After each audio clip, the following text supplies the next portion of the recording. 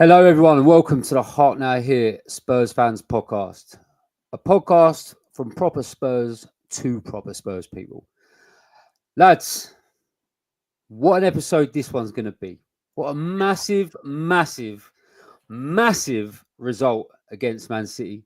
Not only are we going to talk about that, we're also going to bring on a guest later on, a boxer named Jamie Bradley. Some of you Spurs fans might have heard of. Where we're going to talk a bit about his fight coming up, and also we've got Roma and Fulham coming up as well. So much to talk about. So my name is Kevin Dennis. I'm joined by Matty Kerr and TJ Smith. How are we doing, lads? I just want to start and say what you know I'm going to say, because it fucking happens every time. We have got their number, 100%. I was just going to say, there's a couple of statements that I do want to say before, and that's TJ does always say, we have got their number. But Matt also come out of a statement last night in the group chat that said that he thought that was our finest performance in Spurs' Premier League era, the era of the Premier League. And it'll be a great thing to discuss today, because for me, it was a magnificent performance. It was complete. There was players out, which stopped me from going up there to support them. So it shows you what sort of fan I am, because I didn't give us a chance up there. And I mean, we done a poll and there was 16% that thought we would get sank up there, and fair play to that 16%. I wouldn't give us a chance. So yeah, listen, it was a magnificent result in every aspect. And I mean, Tej, is Matt right? Was it the best performance Spurs have ever had in the Premier League? Do you know what? It's definitely up there. I'm not. I'll put it in the top three, maybe top five. I'm thinking back to nights at White Hart Lane when we done Wigan fucking 9-1 games like that, and I sit there and they still live in my head. But for the opposition, for it being at their gaff, and for the players we had out, that was as good as it gets. That was literally as good as it gets. Every player knew their role. Every player was hungry. You could feel it. Like, they all wanted it. And we were fucking clinical as well. We were so clinical. Like, and that is the difference. Like, that is the difference between a good Spurs performance and a bad one. And yeah, I just thought we were unbelievable. I thought Kulusevski in the middle and Maddison. I thought Maddison had probably his best game that he's had in a Spurs shirt. And I feel like Kulusevski is pulling absolute strings at the moment. They look like prime Barcelona yesterday. The way they were knocking football about, closing people down. I thought the defense was great. I thought Vicario played really well. I thought Radu Dragusin, he had a great game. Listen, it was just an all-round top-tier performance from every player. There's not a single player on that pitch that didn't deserve an accolade yesterday. It was just so good. Boys, did you shit it in the first 15 seconds when Basuma got booked? 100%. 100 of all players as well. For me, I just thought, there was not even a complaint about the yellow. It was such a stupid, shitty tackle, and I'm thinking, like, is he put some fucking money on himself to get sent off in this game? Like, what a reckless and stupid challenge to make in such a big game for us, and like a tough game for us as well. But yeah, I thought he was going to get hooked like straight after that. I just thought, if that's us managing that team, you're hooking him straight after that, because you're thinking. And I was also thinking, even when 1-2-0 went up, I'm still thinking, why has he not hooked him yet? No, but he seemed to be fair to him, he seemed to get the yellow, and he seemed just to stay steady for the whole game. Made a couple of silly little challenges towards the end, but by that point, City were so desperate to try and get a goal that they weren't rolling around the floor complaining and trying to get him sent off and everything else. But yeah, Matt, I'm with you, mate. I've watched Spurs too long. I've seen it was going too good, and I thought, what is going to fuck us? Is Basuma going to get a fucking red card? But Matt, yeah, tell us, Matt, what's your feelings on it, mate? Like, how good was it for you? Obviously, you said how good it is for you, but why was it so perfect for you, and what impressed you the most? Well, do you know what, Kev? Before the game, and I saw the lineup, I see Ben Davies and Radu centre back. I thought, here we go again, mate. Like, I'm not just ready for everyone to come at me and say you've just been spanked by Arsenal and spanked by City and stuff like that. Yeah, so having that result was just perfect, because we didn't show no cowardness and go and park the bus, time waste. We just went out there and played Ange Ball, yeah? And we absolutely just blew them away. But do you know what? I think the whole performance, Basuma getting booked early on, don't get me wrong, sent the shitters up me straight away, mate. I thought, Yeah, definitely. there's no one to even bring on now. Bentancur's out. Like, who are we bringing on? Archie Gray. And then I thought, oh, man, we're done. And then I thought City started the game well. And then Haaland had a couple of half chances. I even think throughout the whole game, he didn't have many clear-cut chances, which you expect from a Man City team, you know? Yeah. He should have scored at the beginning. That one at the beginning, he should have scored. You reckon? I thought that was just a good save. No, there was one. Davis got a block on one first one, didn't he? The second one, Vicario saved. Yes. Davis, I thought he shot one and he went wide, but for me, he was through. Like it's only because Davis got back, I think. But I thought, when I listened to the Pep at the end, he was saying like he kept saying they squandered chances because it's a different game if Haaland scores them first two. It changes the whole dynamic of the game. And I'm sure that if he's going to blame anyone, it'd be Haaland. But what I don't think when I was watching the Sky Sports interviews after, I don't think we got enough credit. I think City and the punditry on there was talking about Rodri missing and Kovacic missing and stuff like that. But I don't think we got enough credit because I thought every single player on that pitch done a job. And 100%. When you're Davis and Dragusin and you're marking Haaland, it's a mismatch for me. Dragusin might give him a bit of competition in the air, but like his movement off the ball, Davis and Dragusin are not the sort of two players you want marking him really. But I just thought it was a massive team effort, and I do want to shout out Vicario, boys. For me, I thought he was fucking fantastic. I thought even playing that from the back, I thought he looked calm and assured, and for me that's his worst trait. But the saves he made as well, like they're scoring them goals. It's a whole different game. If they score one of them, the towels are up, they come at us, and then you start seeing how fragile Spurs are, like they have been against Brighton and everything else. But yeah, I think I was just impressed with the clean sheet more than maybe just as much as being clinical.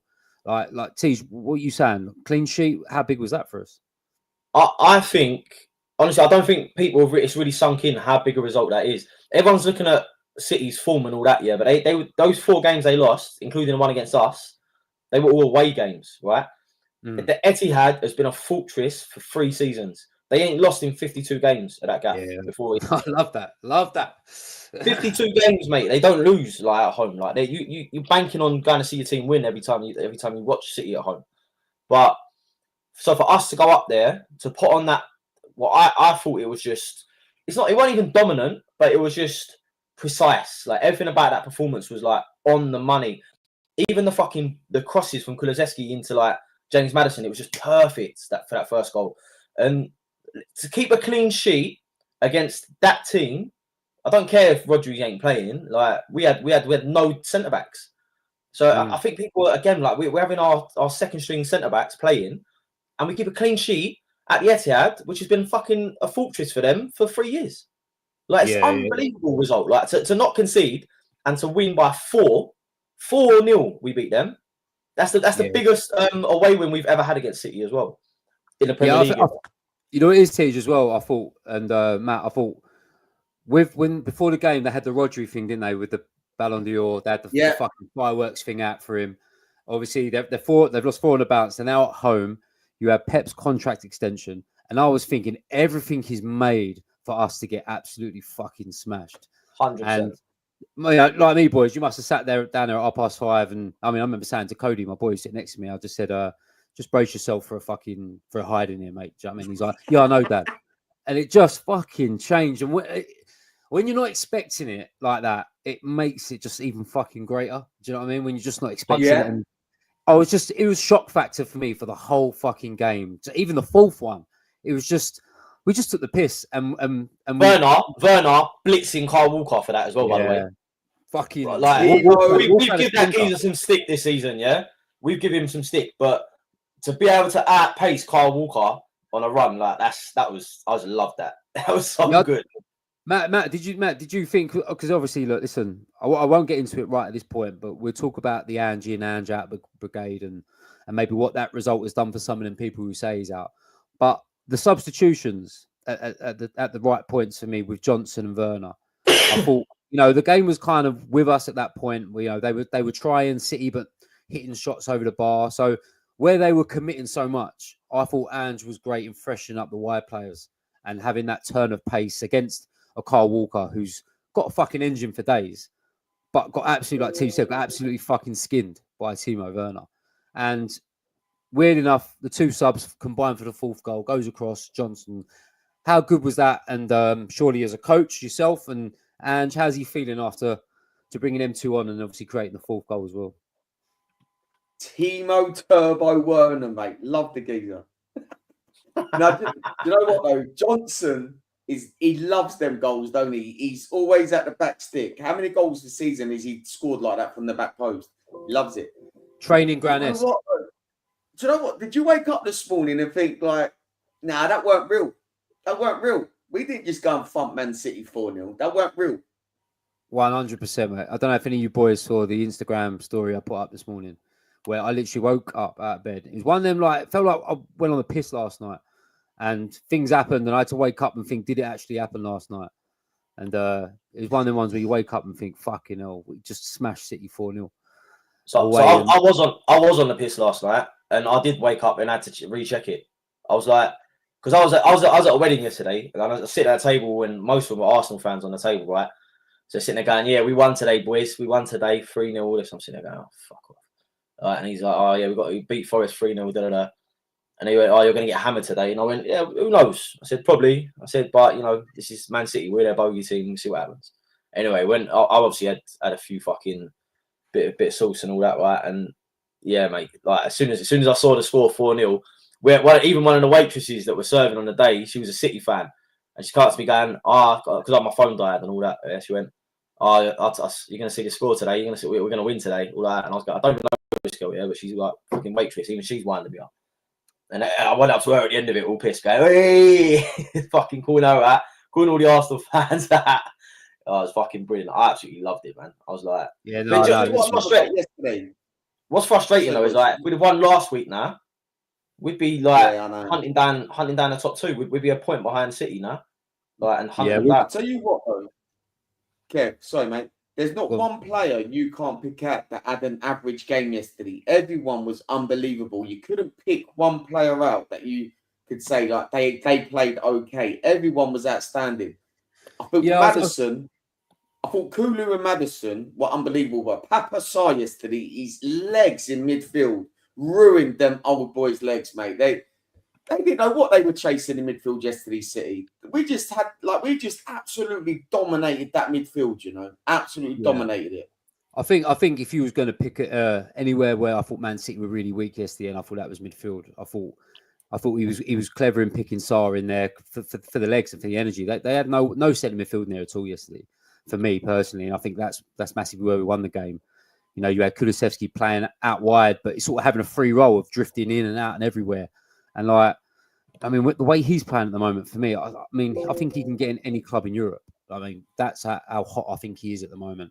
And you can just tell it's confidence, the way he carries himself. But like you said, Matt, so many of them were that good. I mean, I put a poll out yesterday and I named 3 who I thought everyone would go for. And people were messaging going, what about this guy? What about this guy? And I was thinking, well, I couldn't fit fucking 5 players, 6, 7 players on the poll. I could only pick 4. So I'll come to you first, Matt, and just say, like, if you had to pick one, who does it for you and who gets, if you had to hand the man the match trophy in someone's hand, who would it be? You know what, mate? I'm torn between Maddison and Kulu because I think even Maddison scored the 2 goals. He got on the ball so much and dictated the game, you know.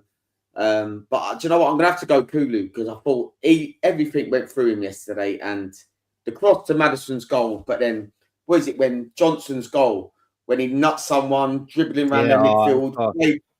It's just unreal, man. You have to give it to Kulu. You have to. Yeah. The only thing he didn't do yesterday is commit 2 fouls and win me a bet because I backed him at 10 to 11. So 2 fouls. I had 5. And if you know Kulu, like I know Kulu, he commits fouls every fucking game. You're talking like 5 or 6, 7 fouls a game. And he didn't even commit 1 yesterday and then had a worldie as well. So he proper rubbed salt into the wounds yesterday. Kev, I had 9 to 1. 9 to 1, Kev. 5 foul involvements. And he got fouled once the whole game and then conceded none. I was fuming. Yeah, to be fair to him, he normally gets knocked off the ball quite a bit as well. And that's when he gets up and retaliates and does something stupid and goes and fouls someone. But he was quite assured yesterday. I thought his performance was good and his feet was great as well. But Teach, what about you, mate? Who if you had to pick one, who are you giving it to? I'm not even just saying it's a carbon copy of Matt's answer, what I'd say, because I agree. I think it is a toss up between Maddison and Kulu. I think if they both didn't score any goals, or they both scored the same amount of goals, I think Kulu would win it. I think Madder's got the man of the match on the thing because obviously the goals, and he had a great. But they both played his birthday as well, wasn't it? It was his birthday. Yeah, it was his birthday yesterday. Yeah, so it was good for him as well. But I personally think, and I said it before, I personally think Kulusevski is the player of the season for me so far. I think the way his game has come on this year, he's transformed that inconsistency that he had last year, and he's just a fucking absolute pest, man. Like you just don't. They don't want to get near him. Like he shrugs people off the ball now. He fights to win challenges back, and he's just getting in behind like he used to. He used to run to. I always used to say one thing I love about Kulusevski is he drives to the line, which is quite rare in this. Like not many people do that anymore. And he drives to the line, the goal line, and gets the ball, whips it in, and he's so good at that. And he's brought that back into his game as well. I just feel like since he's been put in that number 10 position, he's been different gravy, man. I think he's so good. So for me, I feel like everything, like Matt said, everything went through him yesterday. Like if you watch a highlights reel, Kulusevski is in all of it. So yeah, it's fucking insane. Like I personally think you could equally give it to Madders or Kulu, but I think just for how Kulu's been throughout the whole season, not even yesterday's game, I think he deserves it. Yeah, I agree. I think what's going well for Kulu at the minute is, like you said, Tej, the inconsistency isn't there, and I think he feels like he's going on the pitch at the moment, and he knows he's the best player on the pitch, and I think you can see that in his strut with the way he's playing and the confidence of, like you said, Matt, when he's tight on that line to drag it back, nut someone, and put it very like things like that. I just think you don't do that when you're not feeling confident, or you're in and out of the team, or you've got the ump or whatever. When you're feeling good and you're being relied on as you know, sort of a top player in the team, which he probably has. He had a good first season under Conte, but I think he feels really special in that team. And not only are we getting it, but his teammates are loving it. And obviously, I've been very frustrated with him over the last couple of seasons as well of not being consistent. But he was playing in a different position then, so maybe that was the code to crack with him. It's now putting him in a more central position and going to him, look, you want to go out there and take the piss? Go and take the piss. Go and do what you like. Express yourself. And that's what he's doing. And yeah, no, it's a really good player for us at the minute. And I think you're both in agreement with me that probably he's player of the season so far, right? Yeah, that's what I said. Yeah, 100%, man. I think so. Our player of the season, yeah. Pardon? Our player of the season, yeah, not player like in the whole world. Yeah, no, it's a Spurs podcast. Who the fuck do you think we're talking about? I do want to say. I was ready to see Kulu player in the world, mate. Do you know what I mean? He wants to give him the fucking Ballon d'Or. This geezer, fucking hell. Give that a Richarlison. Hey, he's back soon. He's back. Fuck off, and then he'll be out again. He'll be back, and then he'll be out again. Back in the treatment room, son. But, listen, before we move on, I do want to say Vicario though. I do want to say it again, boys. I thought he had a great game. I think, you know, even from like corners, he felt assured when it comes to coming to collect. I thought he plucks a lot out of the sky yesterday in his catching as well. Like I said earlier, he's kicking. I thought he was for a team like City who press well. I thought we got out of some really good spots, and I've seen the struggle to get out of spots against really lesser sides that press. And I just thought yesterday I know we're going to talk about inconsistency and stuff like that, but we looked like we've been playing out from the back for 20 years yesterday, and we always found the out ball, and I think it just works. And it all starts from Vicario, but the shot stopping as well, I think was fantastic yesterday as well. The ones he held on to, even the ones he sort of my boy calls him Venom, because he seems to have fucking arms everywhere, and he's acrobatically he's fucking great as well. But for me, I was quite disappointed he didn't get more votes in the poll, because I actually thought he was right up there for a man of the match as well. But yeah, I can't argue with people saying Maddison and Kulusevski as well, you know. But yeah, what a great performance, though, boys. And on to the next one. On to the next one. You knew it was our day. You knew it was our day, though, when Vicario's coming out catching corners, because that don't happen, boys. Yeah. No, it's true. It's true. TJ, you was on the beard last night, so you probably don't really remember much of the game. Yeah, you probably watched it back all today. But I was saying to Kev before we come on, 82nd minute yesterday, we're 3-0 up. I'm still thinking, I don't think we're going to win this game, because I thought if Man City score one, we're falling to pieces. So that's what happens when you're a Spurs fan. Fucking, you never ever feel confident, especially playing City away, man. So the only time that I felt like we've won that game was when the fourth went in. Weirdly enough, what 93rd minute? Even at 3-0, I was like, fucking. All it takes is, I think maybe the Brighton things has scarred a lot of us Spurs fans in knowing. I know they scored a bit earlier in the game and changed it around early, but against City, I've seen City come back from 2 or 3-0 down at the Etihad a lot late as well, and all they do is they get one in, and everyone just falls to bits. So I think that should be our proudest thing yesterday of staying compact. Staying solid. No one had a wobble at any point in that second half when we had a bit of an onslaught where they was pumping it in the box, bringing De Bruyne on. I thought we managed it well, and it was such an excellent team display without Romero and Van der Ven. And I'm glad the Sky Sports guy pulled Jamie Redknapp on that, because Redknapp was talking about what the players City were missing. And the guy was like, well, they're missing Van der Ven and Romero. So it's like it's another argument as well about Romero for me. Was are we a better team? Well, I'll come to you, any of you boys, Matt or T, whoever wants to jump in first. Are we a better team without Romero? And does Romero contribute to too many mistakes that cost us goals? Because yesterday, could you have seen him making a mistake in that game? I called this out recently, didn't I? I said I feel like I'm over the Romero thing now. Like I really am. Like I feel like he gets caught out of position too often. I think he causes too many mistakes, and he isn't actually the main player playing that high line. So that's Van der Ven who looks after that. So I think if you're playing, to be fair, and this is the problem I have with Radu as well, right? Is I feel like, because we didn't really play the high line too much yesterday, but I feel like if we play a high line, I don't think it suits Radu either. So I do think there is that problem. Like if you're gonna need another like Van der Ven if someone comes. I actually think Romero might go in the summer. I think, Spanish teams are sniffing around him. I think that he's going to have a nice price tag on him. Would I be devastated if he left? Probably not. I think we could do better. Are we seeing a plan B yesterday?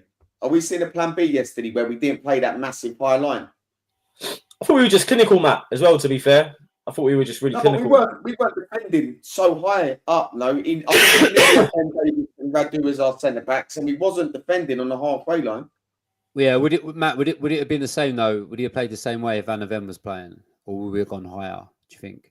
I think we've done the same against Man City at home in the cup. What, didn't play so high? We didn't play so high, so I do think he's tweaking some things, and it's not just going to come overnight, But also, I think Brighton game, we fell to bits, yeah? Like, I thought first half was so comfortable, we just thought go out and do the same again. And I think yesterday, he had Maddison drop so much deeper second half to make sure we did not concede straight after half time.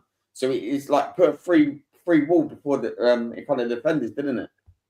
Like, because first half, Maddison was bombing forward, wasn't he? Second half, he wasn't. He was just sat. Yeah. Do you know what? Maybe you're right. Maybe Ange has kind of learnt that he maybe needs to change. Maybe not so much in game. Maybe Ange is his strongest point, but maybe starting games.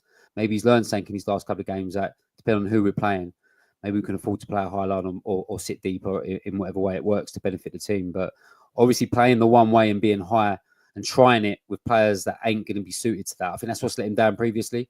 He's played Ben Davis and Dragoos in high lines, and you just can't do it. Do you know what I mean? We was talking in the group chat last night, weren't we, Matt, when TJ was on the mission, when everyone didn't know where TJ was, but he was just at a wedding with his phone dead.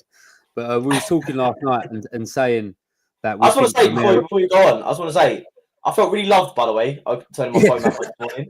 I got a lot of messages from the boys. I felt like everyone missed me yesterday because the fucking everyone was worried, mate. No one knew where I was.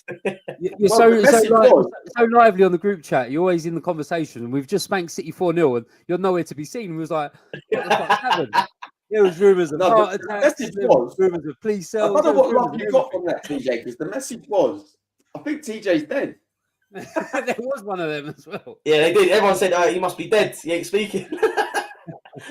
Someone said as he played up and his missus locked him in a cupboard under the stairs. No, there was all sorts of shit flying about. Oh, that was the other one. Yeah, the phone was confiscated. Yeah. But yeah, we go back to what I was saying. We were saying it last night when we met about Romero, and we were saying that we'd probably, if a big bid come in, we'd probably let him go. But the replacement has to be like TJ saying, it has to be a Van de Ven like replacement with pace. If you're going to continue to play that high line, are you in that camp? Then do you feel like that needs to be sort of changed? If you can take a 60-70 million from a Barcelona, Real Madrid, do you go out and buy a young whippersnapper who is like Van de Ven? I know you mentioned Ashley Phillips last night on the thing, or do you go out and buy someone like? What do you sort of do there if you lose Romero? The thing is, didn't we spend like 10 million on Ashley Phillips? I think it was quite a bit now, or like 8 to 6 million or something. It's quite a bit of money we spend on Ashley Phillips. I don't know where we go from here. Like if Ramiro goes, does he go with Radu? But is Radu the answer? Look, Radu's good at balls in the box and getting his head on it, and maybe that's what we are missing. But if we're going to play this high line, we're going to struggle. But also, Ben Davies, is he going to play another season next year? He's Mr. Reliable, man. Absolutely love Ben Davies. But if we want to push on next season, we need an upgrade on Ben Davies, yeah? So if we let Ramiro and Ben Davies go, you're looking at we need to bring in 2 new centre-backs. That's not going to happen in one. It's not. I don't think that's going to happen. Yeah. I don't think we'll do that. I don't think we'll do it. No, well, that's what I mean. They'll look at youth. Like I mentioned last night, we've got that young 16-year-old kid who's out on loan. I think he was in fucking Czechoslovakia or Romania last time I heard. Oh, yeah, that boy. Yeah, I can't remember his name, but he's been scoring a lot of goals as well as a centre-half. So he's supposed to be strong, quick. So I'm sure the scouting system are looking at that, and Mr. Levy's looking at that and his wallet and thinking, well, I could save myself 60, 70 million here by bringing this young kid through. So that might happen. But listen, lads, we can talk about this City game all night.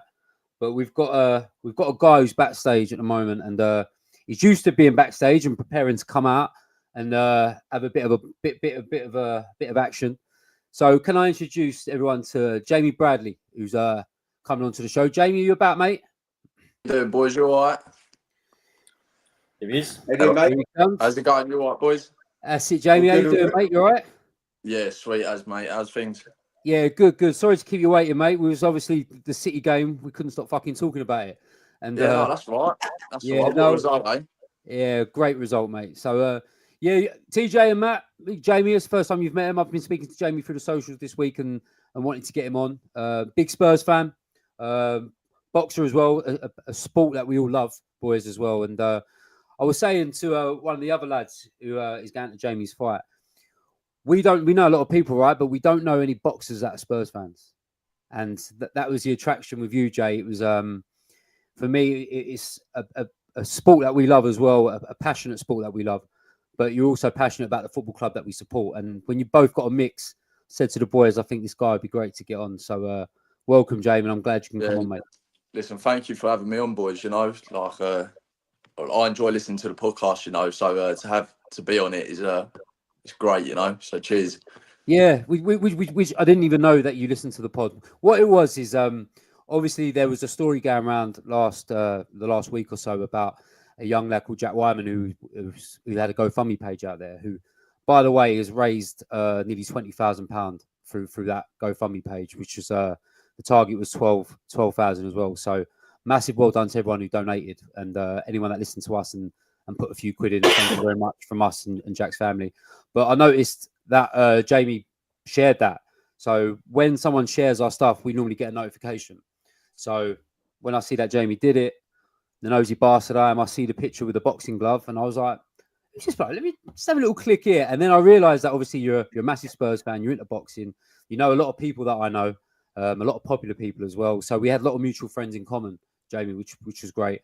But yeah, like I said, the love for boxing was there, and we got chatting and got to know each other over the last week. And yeah, it's really, really, really, really good to have you on. And let's get straight into it, Jay. How was last night, and did you enjoy the game? Was you there at all, or did you watch it at home? What did you do? No, I watched it from the comfort of my sofa, boys, which was nice. It's not often you watch a game with a smile on your face, you know. It was just like watching it going, like, cool. It was just like nice to watch the football we were playing. So we were playing with confidence, which I think we've been missing the past couple of games. And we come up against City and we were just pinging the ball about lovely, getting the goals in. But like you boys said, you don't really know you won it until you get the fourth goal in, and then you can sort of sit back and relax a bit, We were exactly just saying that. We were saying even at 3-0, you sort of never know when fucking Spurs are home and dry. Do you know what I mean? So we were saying a bit earlier that to keep a clean sheet up there as well, which was fantastic as well. Oh, it's massive, isn't it? Massive. But long may it last, eh? Yeah. You go to many games, Jamie? What's that? You go to many games? Oh, I'm at almost every game. I'm at every game home, and obviously trying to do the away games that I can do. With the training and that, it's quite hard to sort of sneak off on a little away trip. Yeah. But you're season to get older, Jamie? Yeah. Oh, you are being as well? season to get older. Been going down there since I was 4 years old, so that's probably why we've got a lot of mutual pals down there. Where are you from, Jamie? Where are you from? I'm from Potter's Bar. Okay, yeah. But just for people that are listening, I explained to Jamie before that when we get people on, we don't tend to find out about anyone. We obviously know briefly about what people do, but if you're wondering why we're asking questions like that, it's because as a podcast, I can assume many other podcasts get to know their guests and get things scripted down of what they're going to talk about. With us, we like to get to know the people we have on at the same time as our listeners do. So just in case anyone's wondering why we're asking Jamie's questions, because we don't know, we know as much as you know about it, and we want to get to know him on that side as well. So that's why the questions are happening. And when you say you're a season ticket holder, Jay, whereabouts do you sit? We're South Upper 324. So South Upper, yeah. Right next to the drum. Oh, is it? How long have you been a season ticket holder for? I think about 3 seasons now. But so I've got a new season. I had a season ticket when I was a kid, but obviously when you're paying for a few season tickets, it gets quite expensive, and that we had to jack it in. So I'm buzzing to have a season ticket back again. But I was always going down there. There's always a spare ticket floating about. Either me or my brother would always be the ones to grab it up. So I've always been floating about Tottenham for years. Yeah. Did you say you get to away games as well? Yeah. I'll go away as much as I can. Obviously with the training and especially in the amateur days where you're competing almost every weekend, you can't really be affording to do too many away trips. But I'll get out as much as I can. So where do you box out of? Where was your ABC in that? I boxed out of Finchley for about 15 years. Yeah, so I started when I was 10. So people who know the boxing scene or don't know the boxing scene won't probably know about Finchley, if you're not on the scene. But Finchley ABC have produced some really good talent. Well, Andy Joshua was out of Finchley, right? So that's right. Yeah. So when I started as an amateur, Josh was sort of coming. He was knocking on the door to the GB squad and that. So he was a regular face in the gym. And you had the Oliver family that run it, who had obviously Spencer Oliver, who was former European champion. Yeah. Derek Chisora. So there's been fantastic lads that come out that gym, Yes, good gym. Just come up through the ranks at Finchley. Had about 50 odd amateur fights, and yeah. So how long have you been? How long was you there for? How long was you boxing out at Finchley for? My whole amateur career was at Finchley, to be fair. Wow. So from 11, because I joined Finchley the week after my 11th birthday. Yeah, you can only fight on schoolboys from age 11, is it? Is it still age 11? That's it. Yeah, from 11. Yeah, and all up until about 22. And at 22, I felt like I just needed I needed a little year off from it because I was so burnt out. When you're sort of training every day and you're doing that sort of thing, you get to that sort of crossroads, where you want to sort of I was sneaking off down Spurs every other, I was always sneaking off down Spurs, and my coaches used to go absolute mental about it, and you should be in the gym, this and that. But I was always trying to worm my way down Tottenham and that. And I think to be honest, I think I had a reputation of being a bit of a fucking pisshead down the boxing club, but I don't drink. But it's always because I was always knocking about the football and that. They just assumed I had a drink down the football. Yeah, it goes together, that, doesn't it? That's it, yeah. But I love being around the boys and that, and just being around like just the football, the banter, and everything. And I used to drive my coaches mad. And You don't drink yeah, at all. no, I don't drink. I rarely have a beer. How the fuck do you do that? I know. That's one of life's big ones for me. Going to football, not having a beer. Fair play to you, mate. Yeah, that's why I That's not the punch way, people. Dave. Kev. That's why I punch That's people. not the way, though. That's what Oh, that's where you get your Nah. satisfaction from. I see. That's it. Yeah, it's one or the other, innit? But Yeah, we You're used to getting a lot of we love, used by the to- way, in the comments. Jamie's getting a lot of love in the comments. You could probably put some up, mate. Yeah, I will do. The one, Jamie, the I one, think that one one's for there. you. Did you go to the stadium? did you go to the state? I didn't go to the Tottenham when he fought at Tottenham, but I went to the Fury Chisora fight at Tottenham, which was an experience because we managed to get tickets in the Tunnel Club, which from sitting, I mean, we used to sit in the old shelf back in the old ground. So going from like sitting in the old shelf and then all of a sudden you're eating a 5-star meal in a Tunnel Club, that was a right experience. That. Yeah, I bet. That Tunnel Club's something else, isn't it? It's impressive. That Tunnel Club. I've been in the Tunnel Mate, Club. it's unreal. It's unreal. Yeah. But Jamie, can people to come and put comments in Yeah. now, ain't you, Jamie? Yeah, is I he know, someone you just know? showing off. James, is he someone I'll you know? invoice you in the morning, Jim.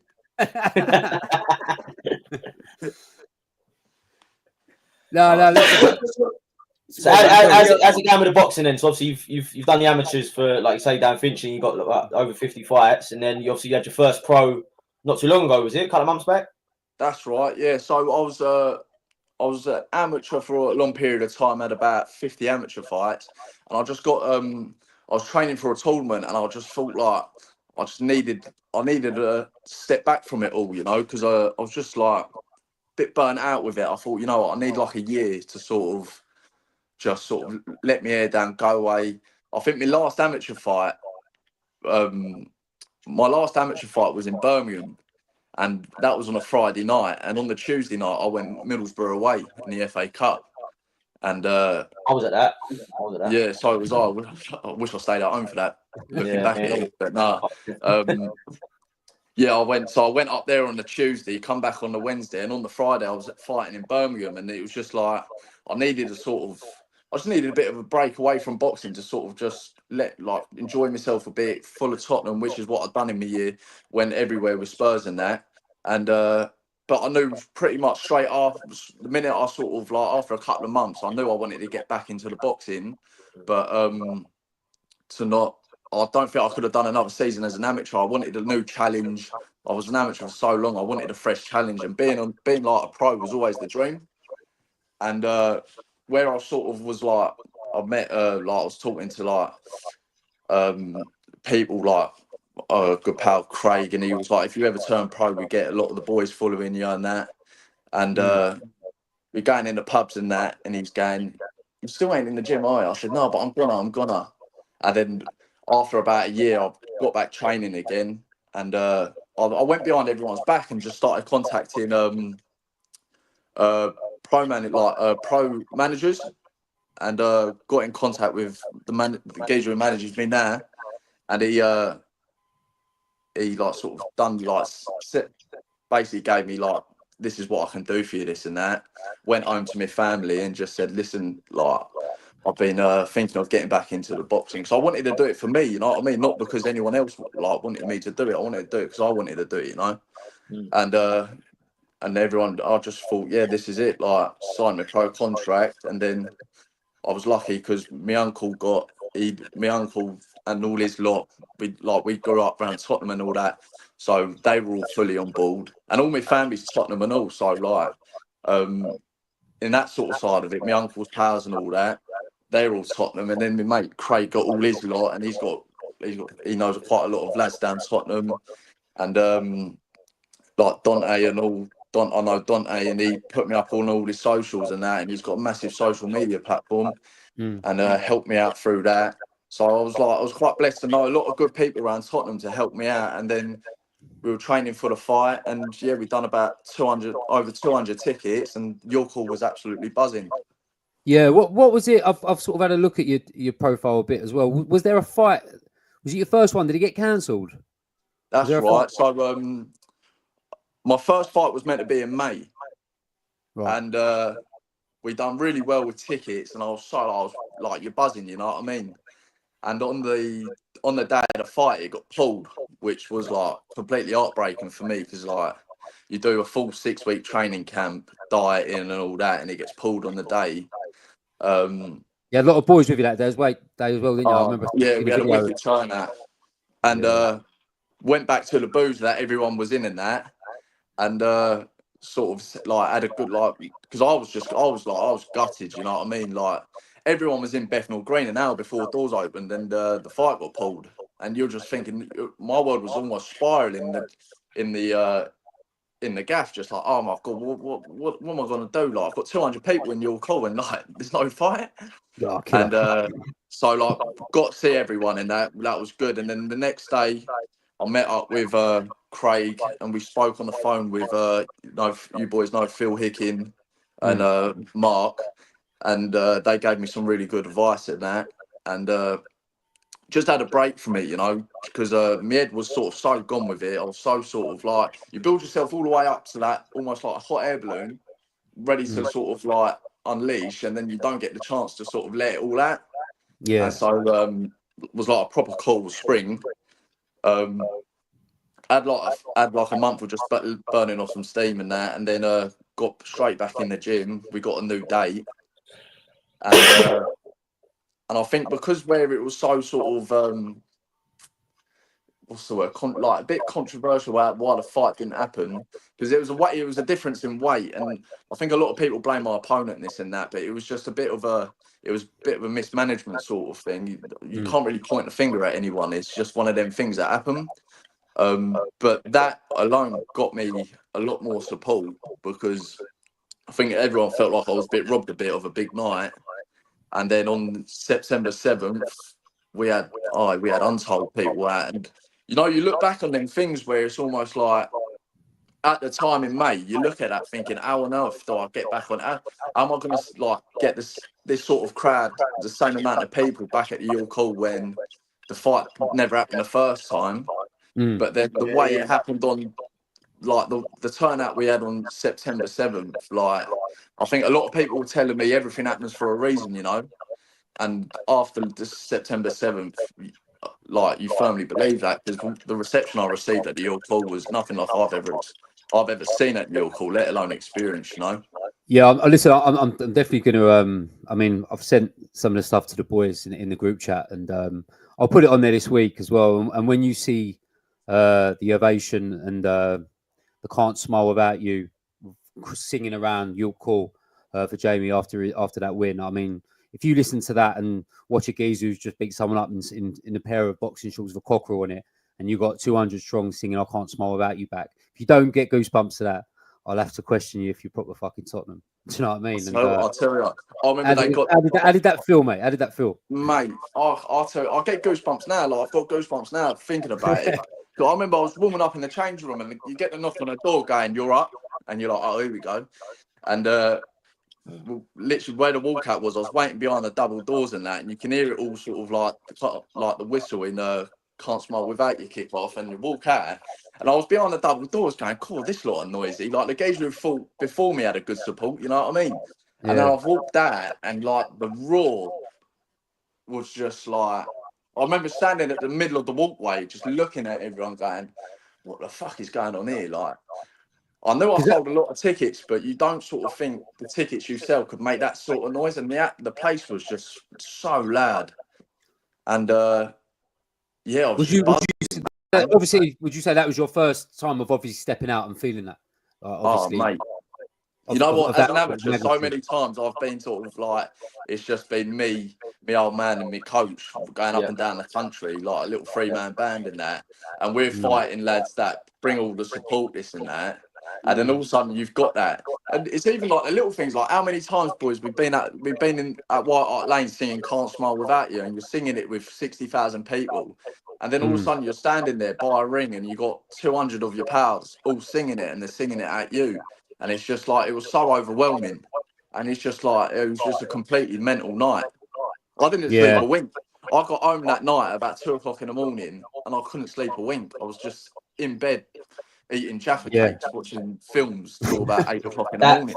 I'll be honest with you, that like so I used to when I was younger, I did a lot of boxing, like, but that feeling there that you're talking about, if you could bottle it and sell it, you'd be a millionaire. Like it's Oh, that mate. adrenaline feeling you get from that. Mate. I mean, listen, it's like Jamie will tell you all day long. Stepping in a ring is an adrenaline inducing thing anyway. Like you're getting in the ring to hit someone and have a row, right? So Yeah. like your adrenaline's pumping anyway. But then to have people like that singing like your name and all that, I never really experienced that. Cause I only done like when I was a kid and that. Like Did just your old the man run idea a of club? it. You said your old man run a club, Tej. Yeah, he did. He used to like it was more. It wasn't really like an affiliated ABC, but he used to run a club in Tottenham. I don't know. Do you know Selby Centre? Yeah, I know the Selby Centre. A few of Yeah, our I lads think box fair at enough. Selby There's a Centre. boxing gym there now that my dad sold all his he sold the thing to them, like, and they set up. Yeah. I think they are an ABC now. Yeah, But I did a lot down. I used to go down Haringey Police as well in Tottenham. Like I used to do a few plays like down there and that. But yeah, I never really got fully into it, if I'm being totally honest. But I've always done it. Like my whole family. My cousin runs Essex Fight Academy. So right, yeah. yeah. So like we're all like, the Our whole five family's boys quite big. down there, they're wicked at Essex Fight Academy. Yeah, that's my cousin's gaff. My cousin trains all them. That's his. Wicked. Yeah, but yeah, nice. That's why when Kev said you were coming on, I was like, I love it because boxing's like my second sport. Like, obviously, I follow football, but boxing's like my sport. Do you know what I mean? Like the one that I used to do and the one that I watch and I like it. But obviously, football, Spurs is Spurs. Like it's like your religion. But yeah, you like know boxing. that. So when Ojo was coming on, I was like, great, can't wait. Like it's going to be brilliant. But yeah. So so obviously we want to also give you the opportunity, like to tell people about how to come see you and. There's people in the comments already. I think you've got a few new followers already, mate. They've already said they're going to start following you. We can see it in the comments here. Oh, lovely, wicked. Yeah, all the support. Tell us how people can follow you and if they want to get tickets and that. How's that go? Yeah, so we're next fighting on the 7th of December at York Hall again. So what's that? It's just under 2 weeks away. I've got all the tickets, so I'll be at Fulham on Sunday. I'll be running about Fulham, so if you want tickets, just message me on Instagram, Facebook, and I'll come meet you. I'll be starting off the day in LTs and working my way from LTs to the coach, and then I'll be plotting up in a Bill Nick before the game. So just drop me a message if you want tickets, or I'll come meet you at half time or whatever. I'll be running about all day dropping tickets off, so just let me know how many you want, so. But yeah, 7th December, you'll call. Be a big sort of like, it'll be a big show, and we'll bring all the noise. Yeah, no, definitely. I'm obviously we've already been speaking in the WhatsApp and all that, and I'm coming to see you at Fulham to grab a few tickets. There's a few of my other pals that I need to speak to you about tickets, and I think watching that video, especially of you coming out, Can't Smile Without You, that was enough for me to go, yeah, that's a bit of me. That's a lot. I mean, like I said, a lot of the boys who I know were there as well, and don't really know how it slipped me really. Maybe I don't go on social media a lot and watch people's stories. Maybe that's where I've missed you out. But like I said earlier, I'm like we're all into our boxing, and I don't think there's a boxer out there that I know that is a proper Spurs fan.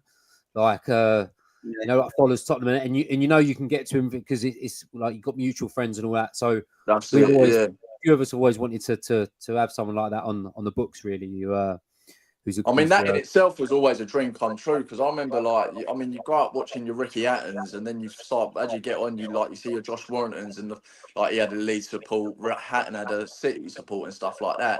And there's no Spurs, is there?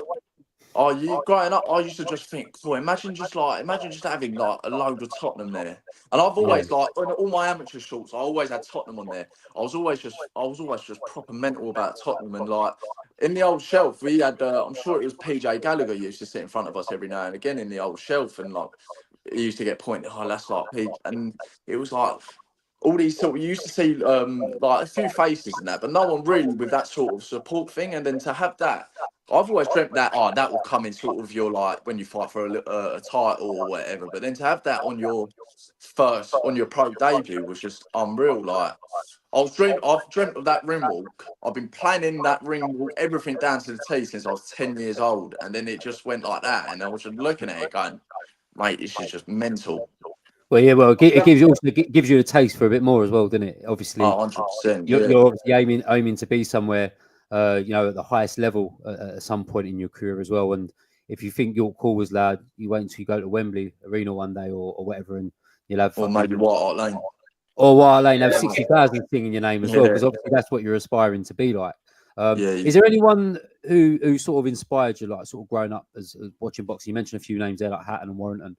But is there anyone else that you sort of looked up at and think, that's the sort of style I want to be, or that's the kind of I want to be, that kind of weight, I want to move like him? Is there anyone sort of stood out for you for your childhood while you was sort of? Yeah, I mean, I was like growing up. I was always I was a massive Floyd Mayweather head growing up.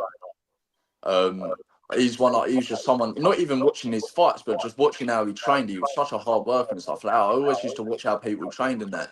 But then on the polar opposite of that, I used to love watching Ricky Hatton because of like Ricky Hatton's, he's just he's crash bang wallop, you know what I mean?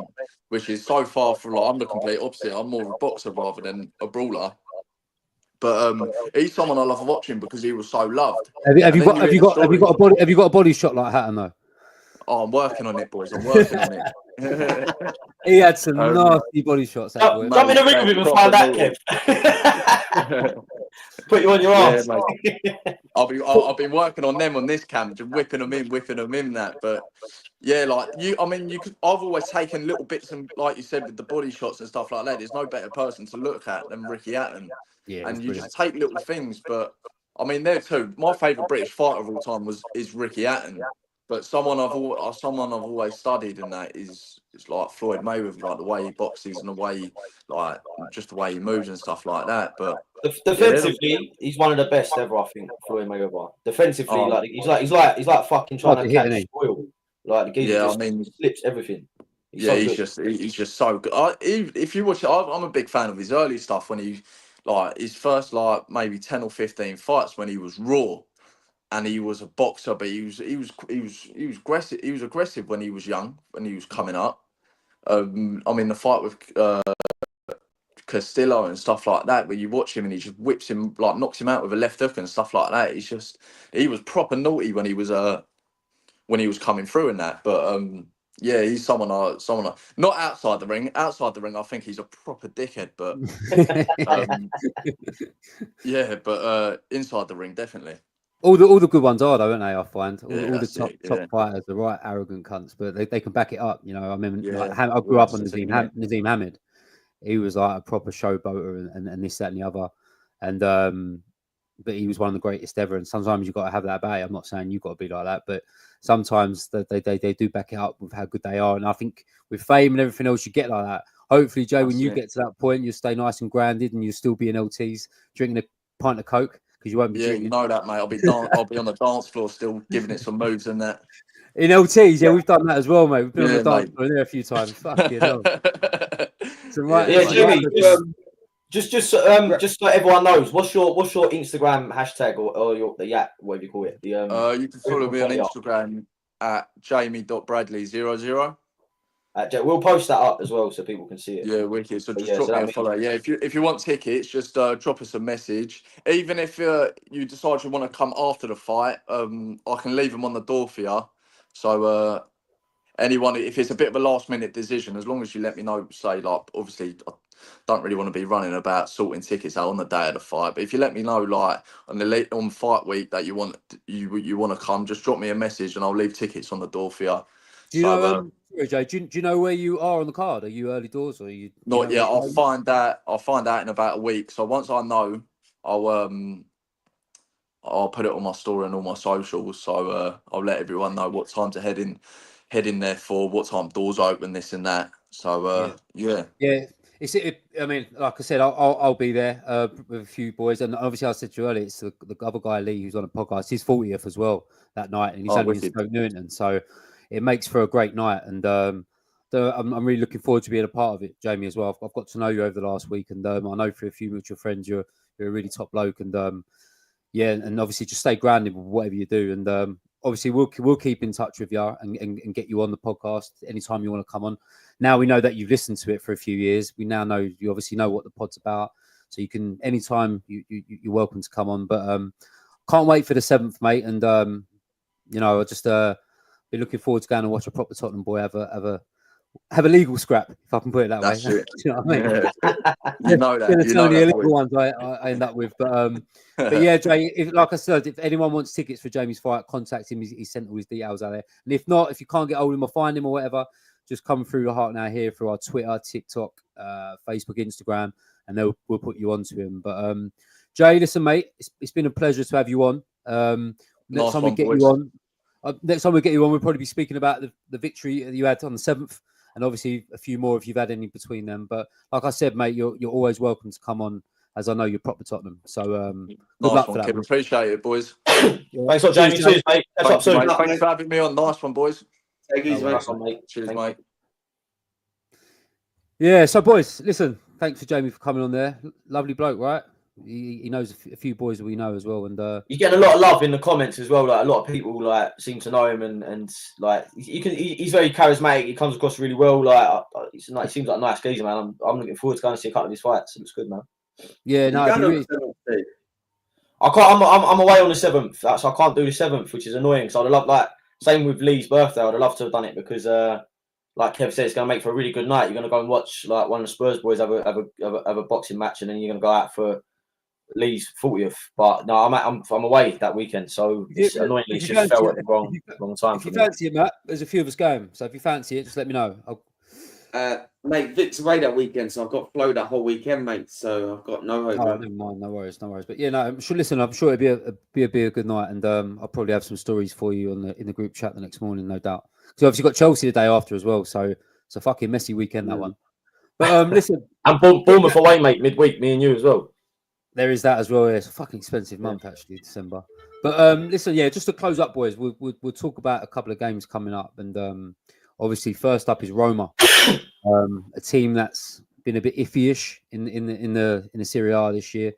Fucking got a new manager just in time for when they play us as well, which is always a Spurs thing to happen, which is Claudio Ranieri. So not a coach that I'm too concerned about, but I know Roma ain't the Roma of old or of previous years. So listen, I don't know, Tees, you're pretty statted up on the Europa League and the points and stuff. You know, a win, are we guaranteed? Get your Excel spreadsheet up, too. Get the spreadsheet up. If we win, so we spoke about this a few times, like what people need, what the people need to get through, and basically 9 points, which is what we're on already. I think it's 10 points. Sorry, gets you, like, realistically you'll finish in the top 24, which gets you into that last 16 bracket. But the ultimate goal is to finish in the top 8, because then you skip that playoff in February. And to do that, they're saying 15 points. So 5 wins out of 8 games. Now that means we need 2 more. It'd be lovely to get them both before January. Like, you don't really want to be going to the January game needing the points, even though those fixtures actually look a little bit easier. But Roma and Rangers next, right? Roma and Rangers are the next 2. Yeah. Fucking Rangers was 324 points. Yeah, a lot of points. 342 points, sorry, which is quite high for a European game. So I think a lot of people were expecting to get tickets, didn't get tickets. But yeah, no. So like I think this Roma game actually is it's the opposite to what I thought about the Galatasaray one. I think this is one we should be looking to win. I think we should be looking to play a strong side and get it done at home, and get the points on the board now. The Galatasaray one was a little bit disappointing the way it went, but I'll be honest with you, I think we all said beforehand we don't really mind if we lose that one, because there's enough things to make it up. So yeah, I think yeah, it's typical that they get a new manager just before they come play us, and they'll probably They lost at night to Napoli, no? Napoli top the league though, aren't they, as well? So Napoli are flying. So I don't know, but I mean, it's at home, right? So I always fancy Spurs at home. So I think we should be looking to win that. I think we should be going to win that. I'll tell you what worries me with the Europa League group games, yeah. And in the league, I expect us to go at everyone, but in Europa League, there's a lot of like families and kids and that there, so the atmosphere is nowhere near the same. I think the atmosphere is bad as it is on a league game and an important game, right? So go to a Europa League game and you hear, "Come on, you Spurs!" Do you know what I mean? It's like it's like you're at the ladies' game, you know. Yeah, you do. You get the kids shouting, you're starting off your army chants. I'm like, what is going on here? It's so true. It's the flags and everything. I get what you're saying. It's that vibe, but fair play to people for coming out for that one because Thursday night's not easy for anyone. And you know, nowadays there ain't a lot of Tottenham fans that are in Tottenham. Do you know what I mean? Everyone's sort of coming out from different parts of London, fucking out in the sticks where we are as well, coming in. So fair play for support, but I know what you mean. But they changed the category for this game, didn't they, Teach? They've normally it's been I'll make notes about it as well. It's too many cup games. Like, listen, I love the loyalty points, but fuck me, they're taking some pound notes off me Spurs at the moment. I've never regretted being signed up to that automatic cup scheme. I get a different email every week now. Like fucking and yeah, what they've done, they're a bit cheeky, I think, like because all the European games, especially at the group stage end, they normally priced at 30 quid, right? The idea is they try and get people in because they're not big showy games, but they've obviously seen that we've got Roma. Like and drawn like a big Italian club, right? Who you know, they won the Conference League a couple of years ago, and you sit there and think, or even was it last year? I can't remember when they won it. They won it recently though, didn't they? And you sit there and think, oh, what? So what they've done is they've now gave that a Category C game, which means the tickets have gone from like 30 quid to 50 odd quid. Like my seat's £52, I think, for which listen, like is what it is, but at the same time, there's a lot of people who sit there and think you've got to try and sell that, Teach. I've got to try and say it. I might have to pass through. But yeah, do you think what Tej is saying, where they've changed the category now, and the price has changed? Do you think you'll get that vibe in that Matt's talking about, or do you think you'll get less people in there, or do you think you'll get more people, sort of, you know, your Saturday and Sunday people more? What do you reckon in terms of atmosphere? Where them changing that category, or do you not think it makes a difference? I don't think it makes a difference. I think season ticket holders tend to buy these games so they get the loyalty points because you're getting 4 loyalty points for these home games at the moment in the Europa League. Like if you go to every game in Europe and the Cups this season alone, you're going to get like 40 points just for doing that, which is mad. That's a lot, like just for doing those games. So I think a lot of season ticket holders will buy them, whether they actually go or not. Do it like me. I don't know, but I do think it will be similar atmosphere. To normal Europa League games. I think it's just that Thursday night vibe. It's a little bit different to the like Champions League. Like when we was in that, there was a bit more of the originals in there. You know, like the season ticket holders. But you go like I went to the what's the last Europa League game we played at home? The AZ game. Yeah, so I went to that, and no one sitting there was like the regular seat holder. Like I'm sitting in my season ticket. I've got people looking at me because it's all like squashed and that. Like I'm sitting there thinking, this is my fucking seat. Like I sit here every week. Like you're looking at me sitting there going, is this your seat? Like not you just seeing you in there midweek, mate. I'm the fucking tourist these days, mate. Like they're like, who's this geezer? I have to go on the Korean website to get my tickets now. Korean website. Matt, listen, Matt, quickly finish up on Roma. Are you the same as Teach? You know, do you go strong here, or do you think I think with the Galatasaray game, I think he knew he could take a quick hit. But with like people like Lancashire starting, can you see all that happening against Roma, or do you think he's going? He's suspended, no?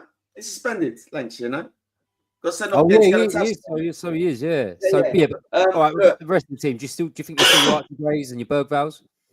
No, I think we have to go out and win that game against Roma, just to kind of secure it, really. But I think if there's anyone carrying any knocks that could affect us on Sunday, then don't risk them. Like Ndogi come off against Man City limping. Me personally, just go Archie Gray left back, like start Poro, you know, or if I don't know if Ramiro or Van der Ven's fit even the weekend. If they're not fit the weekend, we still got to go Davis and Radu, which leaves us very light, you know, going into the weekend. But if anyone's in doubt, if they're not 100% fit, I wouldn't play him. I wouldn't risk him because we need him for Fulham. Bentancur play because he ain't going to get any games. Back, yeah. Yeah, see, so Bentancur with that, Maddison was the first time yesterday that I see him probably go past the 60th minute mark without him coming off. Like normally he's just off on the 60th minute. I didn't know if that was through injury or what. So Bentancur comes in, does he replace Papa Sarr? Because he put some mileage in yesterday, mate, that boy. Yeah, he certainly did. But also, like the thing against Galatasaray, I know we was a bit stretched for players, but he had a lot of youth on the bench. And yesterday, I mean, I looked at that bench yesterday, and I had to Google fucking 2 or 3 of them because I didn't know who the fuck they were. And I mean, I looked at some of the pictures of these, and they look about fucking 11, 12. These kids, I mean, they're like 15, 16 or whatever they are. So at the moment, he's doing that for big games like City away. So, you know, I don't know what the sort of depth is like at the moment. I know Benton Kirby back, but I mean, it wouldn't surprise me if you see a bit of youth maybe being mixed in against Roma. I'd say four changes. Four changes. I think four as well. 4 or 5. I think. Yeah. I don't know, mate. It's just a big game. I'm one of them. I just like to get it done. You know, then you can relax me too. and thing. But I just don't know if they're feeling that. Obviously, with Fulham coming up on Sunday, which brings me on to the Fulham game. Do you know what? Though? I still think. Don't you think it's a bit of a crazy decision as Spence wasn't included in this? No, like how light we are defensively. And I know back then you look at it, but I don't know. It's quite weird that Spence wasn't included in the squad. You know. Well, the only thing I can think of with that is Archie Gray. He's obviously seeing Archie Gray as a fullback and probably wanting to pick one or the other in that sense. I don't know why. Me personally, I think Archie Gray for me personally struggles at fullback. I mean, I don't think he's come up against anyone really, really good yet, but I still think against average players, he just looks a bit rigid for me at fullback. I mean, I was hoping he'd come on yesterday for Basuma at some point. I thought he would have steadied the ship. For me, he's a better centre midfielder as a fullback, but. Yeah, there might be a thing in once you get past this stage, you might be able to add people in. I think that's you can, yeah. So it would surprise me if Spence ain't put in for that one. But yeah, listen, we're talking about that lineup against Roma because of the Fulham game on Sunday, and obviously Fulham game is a massive game, and we're going to finish up now of talking about the consistency levels with our football club, and we know that we're very inconsistent and have been for a long time, and you know. They were talking yesterday, the pundits after the game, that Spurs now need to set a benchmark of where to propel themselves from now. And Man City, for me, or for everyone, should be the benchmark. So I know you're not going to spank everyone 4-0 away from home every week, but the way we played and the character we showed and the unity as a team, I mean, that has to be there against your Crystal Palace and Ipswich's, and it hasn't been there. So for me, Fulham is around that mould. I mean, I think they're a better team than Fulham than Palace and Ipswich. So they're going to become a sterner test. So what do we do, boys? I'll come to you first, Matt. What do we do to avoid another fucking slip up at home against the teams that we should be spanking if we want to be in the top 4 of this Premier Division? Do you know what? I think Fulham's going to be a tough game, to be fair, mate. I think they played quite open under Silva and they've caused a lot of team problems this year. But Wolves yesterday caught them on the counter-attack yesterday quite a few times, didn't they, with Kuna, with the pace. I think if we get pace in behind against Fulham, we're in.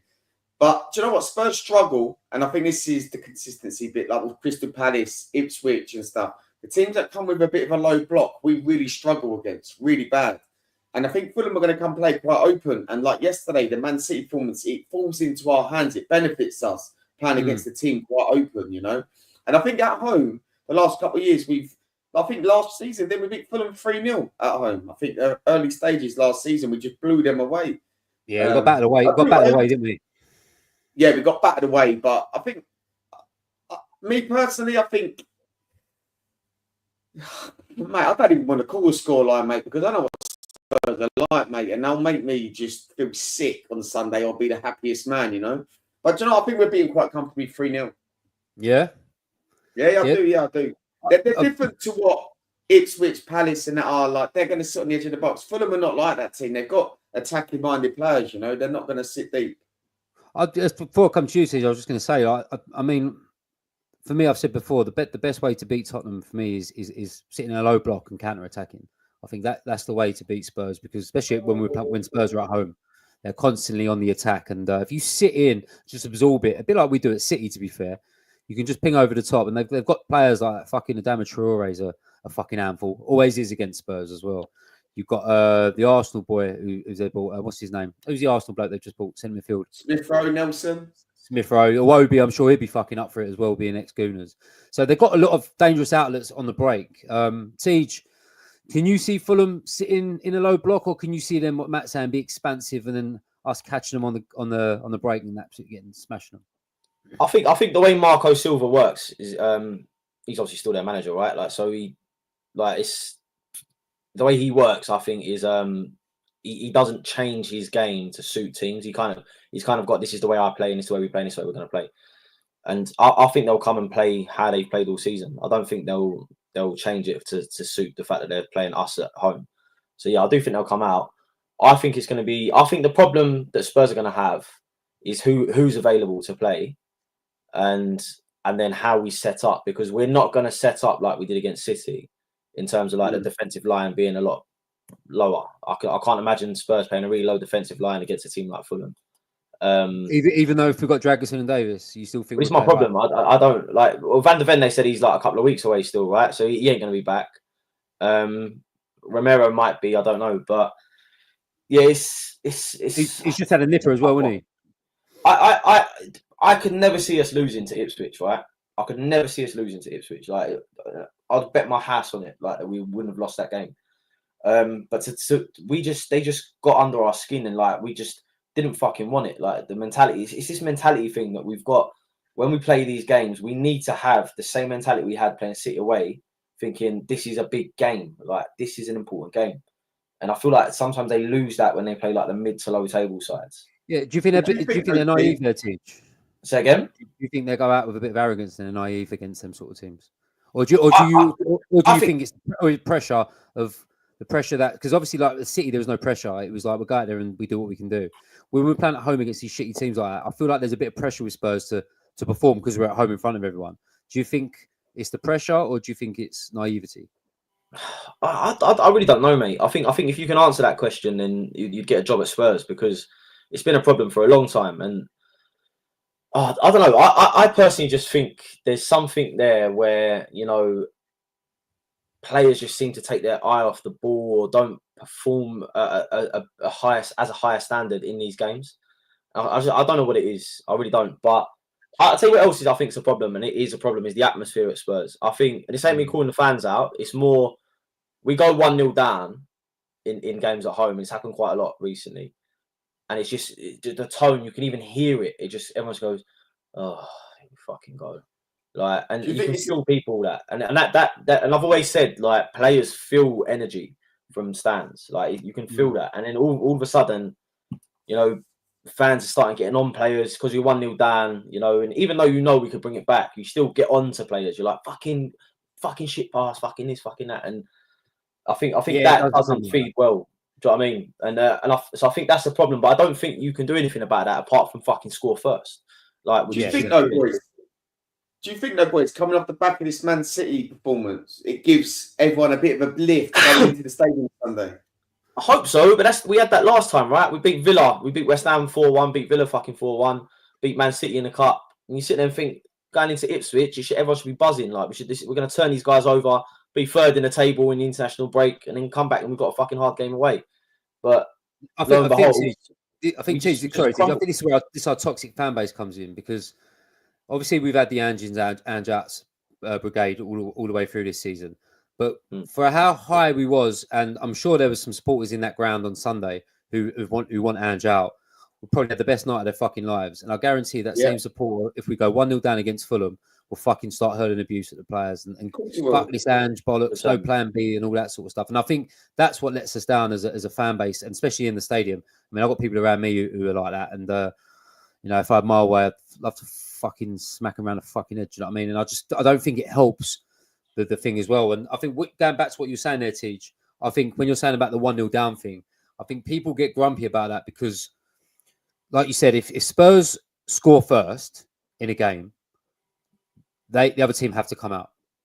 And that's when we have our fun. If the other team scores first and they're already playing a low block, it makes it harder for us to get back into games at home. That's just my previous experience. I think that's why people get like that. But I mean, I'm not saying they should, but then that's what lets us down. And that's why what you're saying, Matt, as well, about the fan presence in the ground, it just becomes eerie. And like you said, it feeds into the players and it doesn't help. You're right. And in them sort of games, you need everybody on a buzz for the whole game, no matter if you're playing at Arsenal at home or you're playing fucking Fulham at home. We all need to be one. And like you said, in White Lane, I think that would have happened, the old ground. In this ground, I'm like, it doesn't happen. And like we said before, is it the kind of supporters you got in there? Is the ground too big? I don't know. Is it just that sort of place now? It's so many things with it. But just to finish, boys, I just want to talk about Ange and the In and Out brigade. I mean, we've got a few in our group chat, boys, who like to get on his back. Us three, I'd like to think, are in the same boat where we think he's right for the club. What do you say, boys? I'll start with you, Matt. What do you say to people that are saying before the Man City game, Ange out? Have they got a case still of saying Ange out after Man City? Or is it just going to be a seesaw ride and you've just got to ride it out to the end? Oh, Kev, not see one post, not one comment about Ange out this weekend. Not one. Not one, mate. So that answers its own question, really, is people, fans, when things are not going well, they automatically think it's the manager, it's the manager, it's the manager. Some of them fans would never have experienced what we've done yesterday, And I honestly, and I'll say this with chest and everything, mate. We give Ange time, success comes to us. I'm telling you that now. The guy has a plan on the front foot. I've said it this season. So many teams will get battered by us this season. And, mate, how many teams are we just battering? The inconsistency of the Crystal Palace, that's all going to turn. I think give Ange another 2 players in January and watch us push on next season. I honestly believe this.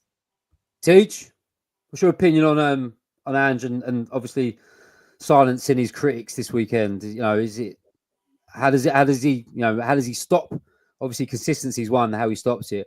But do you feel like some of these people might feel a bit silly now after watching that performance and we now need to get behind him instead of waiting for him to trip up? Because I feel like our fan base does that, waits for the worst thing just to jump on people. And are you with Matt? Is this the guy to sort of give us a strong start to strong finish to the season as well, and obviously win a trophy? Yeah, listen, I find it such a strange concept to want a manager like Ange out of the club. You've got a manager who's come in, he's playing football the way you want it to be played. He's bringing big results when we do have them. We're in all the cup competitions. It's not like he listened to the mistakes he made last year, and he's playing strong teams in the cups. And so I sit there and think, like apart from obviously you have a bad day, and this is what I said on the back of the last one. I was like, if we win that game, these conversations don't happen because because we're winning the game. It's not like you're watching the team every week and you're not enjoying it and all that. It's like Spurs are an enjoyable team to watch. Like everybody, if you're a neutral, you like watching Spurs because of the way they play football. I'm totally with Matt. Like, listen, there are a few times I have questioned. I'm not going to sit here and say that I think he's perfect, and there's some things he has done where I've gone, you could have made subs a little bit earlier. Why are we still pushing on when we're 2-0 up? We could, you could change the game a little bit at that point to secure it. But then, if he did that yesterday, like who's to say that we wouldn't have lost 4-0? Wouldn't have lost 4-2 when we go 2-0 up. So it's one of them. Like the reason he's where he is and I'm not is because he knows what he's doing, and the guy's got a proven track record of having success at clubs all over the world.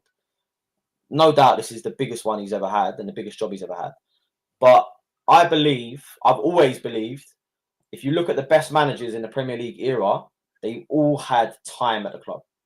All had a nifty start as well. Mate, Ferguson was one game from getting sacked at United. Guardiola had a shit start at City as well.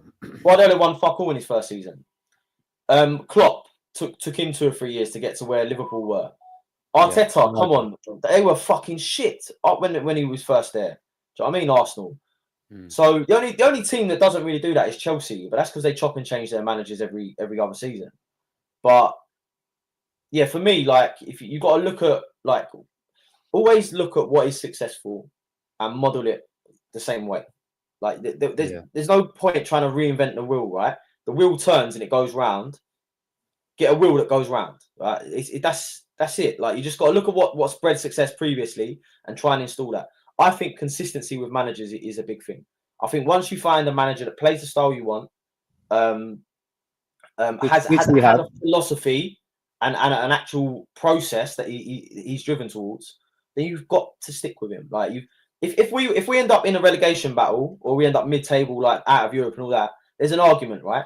But people calling for Ange's head at this point in the season, it makes absolutely no sense to me. I'd love someone who feels so strongly that they want Ange out of the club to come on this podcast. I invite somebody to message Heart Now Here page who feels really strong. I've got someone, and he's a mate of ours. Well, he's a mate of mine. You've met him a couple of times, and I won't at him now. I'll see if I can get him. No, but it's fine. But I would love to just hear. It's not like he's going to come on here and we're all going to like fucking attack whoever it is. No, I just want to hear why they feel so strongly about getting rid of Ange now. To be fair to him, he messaged me yesterday and went, "I can't cope with this football club," because he means the inconsistency. So I said to him, "Ange out," with the emoji eyes, and he says he ain't won me over on one match. We've got Fulham next week. We'll see. But that said, it was quality all round. So there's a compliment about Ange in there, but there's also that thing of, well, it's only been one game. Let's judge him on Fulham next week, and if you can win that, then like it's going to be like that with managers. But sometimes I think you've just got to take, you've got to take bits out sometimes, and sort of like you're saying, Tej, see where you're going to, what you're trying to achieve. No, it's going to be a bit like this. Don't get me wrong. When we went to Coventry away, I mean, I thought he was a fucking goner that day. I thought, if we had a bad run of fixtures after Coventry, and for how bad Coventry was, I thought I couldn't see him lasting because of the hate brigade was on him so much. But that was bad. The in-game substitutions and stuff like that, it was all just going a bit weird for him. And I just thought, fuck me, if the fans get their way, they'd be out the door. But from where we was feeling that night at Coventry to now, I mean, I think it's been a major like turnaround in that sense. And I mean, I've never wanted him to go. I thought he might that around that time just with fan pressure, but I'm glad he hasn't for me. And I mean, I know you boys agree with me that I think if he gets it right, like Matt's saying, a couple of signings and a bit more belief from the fan base, I think we're heading places. And I think that result is realistic. It's realistic expectations as well. It's realistic expectations as well. We're not going to win the league, are we? So our aim is to try and break into that top 4, top 5 if it comes to us, to get Champions League football next year. And potentially win a cup this year. And potentially win a cup this year and have cup runs. We're in all cup competitions with 3 points off top 4. I don't get it. I don't understand what's like. I don't get it. I don't. Yeah, I don't get it either. We're annoyingly all agreeing because it makes it very easy to just go. Yes, I don't. Get it. That's why I'd love someone who thinks the opposite to come on because I just don't. I don't understand their thought processes. Even Lee's the same. We can't even get Lee on here to like have a sort of bounce back and forth with him because he's in the same boat as well. I think it's because we know our club and we know what we've been through as fans, and we know what we want, and we know that they're trying down there. I think we could splash a bit more cash on maybe players that are ready for the here and now to kick us on a bit instead of buying the whole youth thing. Apart from that, that's the only thing I would change at the moment. But that's not the manager. For me, that's the people above him who released the funds for him to strengthen the squad. But that's another argument. Did you see that stat? Did you see that stat about owner investment? Yeah, I mean, we're 16th on the table. So as in, there's only 4 teams in the entire league that have less ownership investment in the club. That's mad, really, for how much we're worth and what we've got. And for the record, that's for all the time they've been there, right? ENIC have been in charge since 2001, right? Some of these have only just got new owners, and they've had more investment than we've had over 23 years. It's insane. Like, I mean, that's the argument what people will say. I mean, with all this sort of inconsistency stuff around it, and just took some heat, but it comes back to the ENIC thing. Matt, I know you always say that there's no Levy chance when we're winning, but as soon as we lose a game, it's back to Daniel Levy. I mean, don't get me wrong. I think he has to take a brunt of the failure over his tenure in lack of trophies and stuff like that, and maybe where his ambition lies. But I believe that they're trying to back a manager at the moment that they think is going to kick us on, and I'm sure if Ange didn't fancy it and thought he was being a bit of a tight cunt and things weren't going right, I mean, Ange comes across me as someone who I think would just go, well, do you know what, this ain't for me, I'm out. So why he's still there, I've got faith that the board are still trying to get us where we want to be. It may take time. I know we're impatient. I know it's been so long since we've been successful and won trophies, but it's got to start somewhere, and it ain't going to start unless you've got Arab money. It ain't going to start straight away. You're going to have to build it.